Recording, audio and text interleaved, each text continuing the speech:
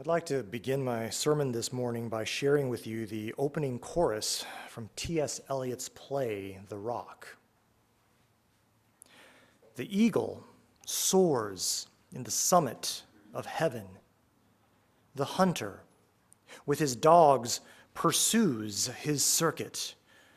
O perpetual revolution of configured stars, O perpetual recurrence of determined seasons, O world of spring and autumn, birth and dying, the endless cycle of idea and action, endless invention, endless experiment brings knowledge of motion, but not of stillness, knowledge of speech, but not of silence, knowledge of words and ignorance of the word.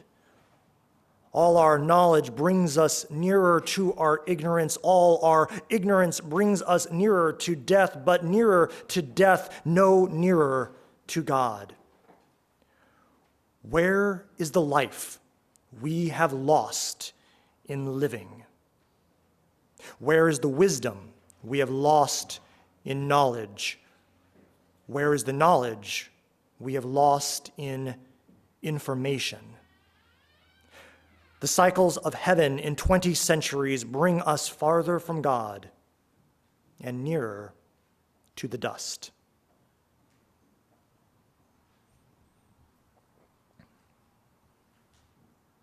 As I was pondering what this week's sermon should be, I was pleased to discover that our religious service associate today would be Sharon Scholl.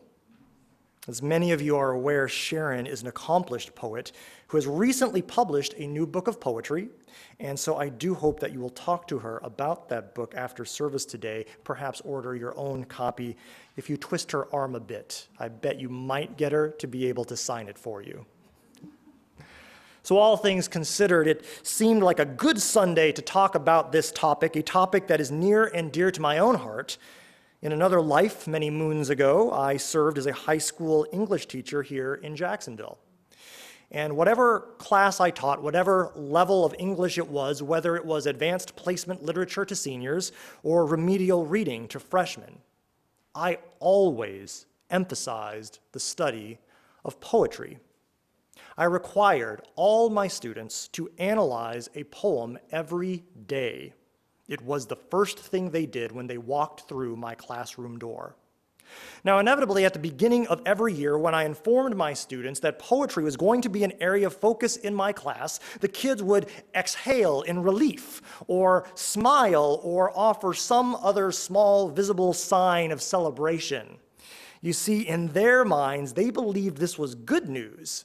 News that would ultimately result in salutary effects on their grades. See, all my students believed that poetry was easy. And I spent my first couple of years as a teacher investigating the source of this delusion. Part of the problem I found was that my students felt a certain deceptive sense of familiarity when it came to poetry. Like all of us, my students had been exposed to poetry at an early age through nursery rhymes and children's books. Many of my students were all writing rudimentary poems in their own notebooks and journals. So many of these teenagers thought they had already mastered the art of poetics. But that was only part of the problem. The bigger issue I discovered was that my students believed studying poetry would be easy because poems generally are short. That's exactly what my students told me directly to my face. Poems are way shorter than stories or novels. Therefore, they have to be much easier and require far less work to study and analyze. Now, in a heroic but futile attempt to correct this erroneous belief, I would immediately share with my students the sentiments of French philosopher Blaise Pascal, who in 1657 famously wrote in an epistle, "I have made this letter longer than usual because I did not have time to make it shorter." Now, whenever I shared this quote with my students, they would look at me in consternation and ask me what that meant. So I would tell them, it means that whenever I give you a quiz or a test, The shorter the poem I give you to analyze, the more scared you should become. This resulted in greater confusion and greater consternation. So to further explain the demanding and exacting nature of poetics, I related this anecdote about Oscar Wilde, an anecdote that was published in several Sunday newspapers back in the late 19th century. Oscar Wilde related that once whilst on a visit to an English country house, he was much annoyed by the pronounced Philistinism of a certain fellow guest, who loudly stated that all artistic employment was a melancholy waste of time. "Well, Mr. Wilde," said Oscar's bugbear one day at lunch, "and pray, how have you been passing your morning?" "Oh, I have been immensely busy," said Oscar with great gravity. "I have spent my whole time over the proof sheets of my book of poems." The Philistine, with a growl, inquired the result of that. "Well, it was very important," said Oscar. "I took out a comma." "Indeed," returned the enemy of literature, "is that all you did?" Oscar, with a sweet smile, said, "Oh, by no means. Upon mature reflection, I put the comma back." This was too much for the Philistine, who took the next train to London. After sharing that story, my students would ask, "Mr. Baber, was that supposed to be a joke?" And my answer would always be something along the lines of, "Yes, but no, and maybe yet again, yes." This led most of my students to immediately start scheduling appointments with our assistant principal so as to request a transfer out of my English class. The point I was simply trying to make with my students was that poetry, both its writing and analysis, is deceptively difficult. It requires immense effort and thought and focus. Writing poetry, crafting poetry, is an act of creation. The word poem itself comes from the Greek infinitive poein, which means to make or create. Creating a poem is like creating life itself. It's like giving birth. Like all births, it starts with conception. In this case, the conception of an idea. That idea and its expression, because an idea cannot be disentangled from its own expression, it gestates over time in the mind and in the heart. And after that period of gestation, when the idea and its expression is ready to burst out, there is a process of labor. The poet toils over every stanza, every clause, every word, even every comma. Finally, the poem is expelled. The poem takes its first independent breath and thus becomes a separate entity with a life all its own. The analysis of poetry is no less intense. The reader's interaction with a poem is a form of engagement. There is an interplay between the text and the reader, and each party, text and reader, itself is the product of countless other previous interplays and engagements. There are several different metaphors we could apply to this mutual engagement between reader and text. We could call it a dialogue, a conversation. We could call it a wrestling match, a violent battle. We could also call it a most intimate form of intercourse. In my own study of poetry, I have come to the conclusion that many of the same principles one uses to write and read good poetry could also be generally applied to the act of living. So I begin this morning with this question: what would it mean to live poetically? First, allow me to note that the idea of living poetically perhaps suggests and presumes that it is possible to live unpoetically. And I suppose we could call this living prosaically, prose being the mode of language that stands in binary opposition to poetry. Prose is the language of the mundane and the everyday. So before we can wrestle with the question of what does poetic living look like, we should probably first address the underlying question: what, if anything, is the difference between prose and poetry? This is an important question. One not to be taken lightly. This seemingly simple question is insidiously complex, and whatever answer you choose will be profoundly consequential, because it's not merely a question of literature and linguistics, it's a question of philosophy and theology. I tend to believe that one's answer to the question, what, if anything, is the difference between prose and poetry, must lead to a theologically parallel corollary, because the underlying question is really, what, if anything, is the difference between the sacred and the profane? And our individual answers to this question will in many ways dictate the manner in which we will all interface with creation. This question is so important that I am not going to profane it by suggesting an answer this morning. That's right, I'm going to be invoking my inner cowardly lion and completely sidestepping the question. And by the imaginary power of ministerial fiat, I am simply going to presume for our purposes this morning that there is a distinction between prose and poetry. Moreover, I am now going to give you 5 principles that I personally have found to be useful in the writing and analysis of poetry, which I believe will be equally useful in living a poetic life, however you may choose to define that term yourself. Principle 1, learn the rules and how to work within them.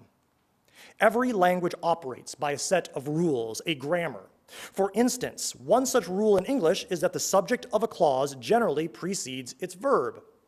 Now, poetry, especially classical poetry, in addition to these general rules of language, often imposes additional rules. A Shakespearean sonnet, for example, must be comprised of 14 lines of iambic pentameter verse divided in 3 quatrains of alternating rhyme, ending with a final rhyming couplet that summarizes or re-examines the theme with an insightful, unexpected turn or shift or volta. I love English. Why does language have rules? Why do classical poetic forms have even more stringent rules? These are good and really important questions with really interesting and complex answers. Again, we are not going to address any of them this morning. Suffice it to say, seeing someone work masterfully within self-imposed limitations can be an extraordinarily beautiful thing. The art of poetry begins with learning the rules and learning how to work masterfully within them. Like language and poetry, life is full of rules, divine commandments, secular laws, moral codes, cultural norms, rules of etiquette. As in poetry, so in life. I think it's a good idea to first learn the rules and learn how to maneuver within them as gracefully as possible. Then and only then are you ready for the second principle. Principle 2, once you completely understand the rules and have mastered them, then don't be afraid to break them. In poetry, once one understands the rules, once one understands the patterns and the way those patterns create expectations within readers, skillful artists can bend and break those rules and patterns to create innovative and surprising effects in readers. Poets, like all artists, can use their art to break through imposed boundaries, to explore new ideas, new worlds we have yet to even imagine. Shakespeare and Milton and Keats must give way eventually to Eliot and Cummings and Kerouac. So too in life, don't we celebrate rule breakers?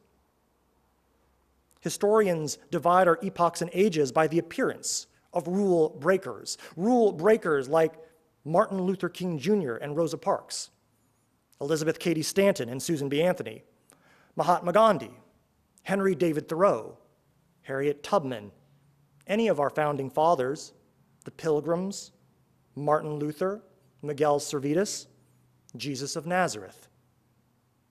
Our veneration of historic rule breakers should remind us that there is a time and a place to resist, oppose, break, and sometimes completely dismantle certain rules. rules that, at the time, surely must have seemed good and useful to the majority of people living under them. Principle 3, mind and savor the details. In analyzing poetry, I always had to remind my students to pay attention to every single detail. Poetry is in the details. Reading poetry requires a different mindset as compared to other types of reading. Living in the information age here in 2016, we are oversaturated with text. We read enormous amounts of text every day, whether it's traditional newspapers and books, or the internet, bouncing around Wikipedia, looking at cat memes on Facebook, or deciphering emojis via text messages. We all read a lot. What we today call reading is often nothing more than scanning and filtering vast amounts of text in search of relatively small bits of desirable information. In this process of so-called reading, we end up discarding far more text than we actually ingest. Poetry defies this mode of reading. You cannot read a poem the way you read a Facebook or Twitter feed. If our regular modern mode of reading is like sitting down at an all-you-can-eat buffet, then reading poetry is like participating in a Japanese tea ceremony. In reading poetry, words, phrases, images, ideas, even punctuation, the pauses, the sounds, the feel of the words in your mouth, all of it is savored. So too in life. Living poetically means savoring the details, because like poetry, life is the details. Living poetically means practicing mindfulness, presence, and intentionality, living in awareness and gratitude for the smallest of details, like the smell of fresh rain, the warmth of the sun on your bare forearms, the irrational melange of colors in a sunset, the sound and timbre of a child's laughter, the feel of your lover's flesh under your fingertips. To live poetically is to savor life. Principle 4, get comfortable with ambiguity. In our modern age, many of us have been programmed to believe that the purpose of language is to, as clearly as possible, transmit the exact thoughts of a speaker so that they are understood without any distortion by a reader or listener. That's understandable. Probably every one of us in this room has experienced the negative consequences that can come from a miscommunication. This theory of language prizes clarity and precision and efficiency above all. This type of language is the vernacular of science and law, where words are tightly controlled and meant to have one and only one definition. Author and UCC minister Michael Dowd has dubbed this kind of language day language because it attempts to be transparent, clear, fully visible as something would be in daylight. But there is another kind of language, a language that Dowd calls night language. In this language, words, phrases, images, and symbols have a multiplicity of possible meanings and interpretations. Night language is not intended to be clear and precise. Night language revels in ambiguity and imagination and interpretation and possibility.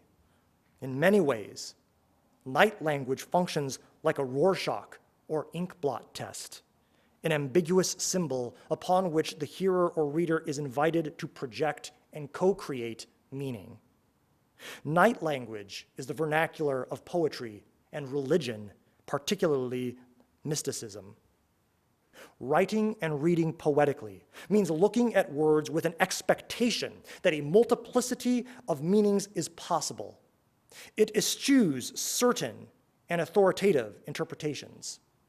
Living poetically means embracing the ambiguity and paradoxes inherent to life. It means accepting the limitations of our knowledge and perception. It means seeing reality as pregnant to the point of bursting with multiple different valid meanings. It means rejecting the fundamentalism of objectivity, which argues for a single capital T truth. It means recognizing the danger of excessive self-reliance, because in the dark, we need each other more than ever. Our fifth and final principle today for living poetically: always look closer. In poetry analysis, the most obvious and superficial interpretation is probably the wrong one. Maybe not wrong. It could still be right in its own limited way, but that simple, obvious, superficial answer is merely the beginning of the investigation, not the end. In my English classes, I tried to instill in my students a healthy fear and skepticism of simple answers. I told my students, if the end of your analysis of a poem is a simple, straightforward answer, be afraid, because it probably means you didn't look closely enough. There will always be a superficial layer. Its ease and comfort will tempt you to end your journey prematurely. Full and deep analysis requires breaking through the superficial to the real. So too in living, beware of simple answers, simple explanations, simple interpretations. Break through past the superficial to the real. Look closer, and you might be amazed at the complexity and nuance you failed to see the first time. Look close enough, and you might even enter the quantum realm, where everything you thought you knew and understood, all the rules and presumptions, are turned upside down. And that point right there, that is the exquisitely frightening precipice that we must jump on our poetic journeys. To question that deeply is immensely risky, immensely dangerous, and therefore requires immense courage, especially when the analysis involves examining yourself. And the secret is all analysis includes an analysis of the self. I believe our faith, Unitarian Universalism, calls us to live in this manner, to live poetically, to master the rules, to break the rules, to savor the details, to embrace ambiguity, and to always look closer. At the beginning of this sermon, we read the words of T.S. Eliot. His chorus asks us, where is the life we have lost in living? And I suppose my answer is right here waiting for us. But like the pearl of great price or the Holy Grail, which Eliot certainly knew a little bit about, that life does not come easily. That life requires great work and great sacrifice. But it is our dedication to finding this life that has brought all of us here to this sacred place. It is the pursuit of this life that binds us together as a spiritual and religious people. This is the heart of our collective faith. Blessed be.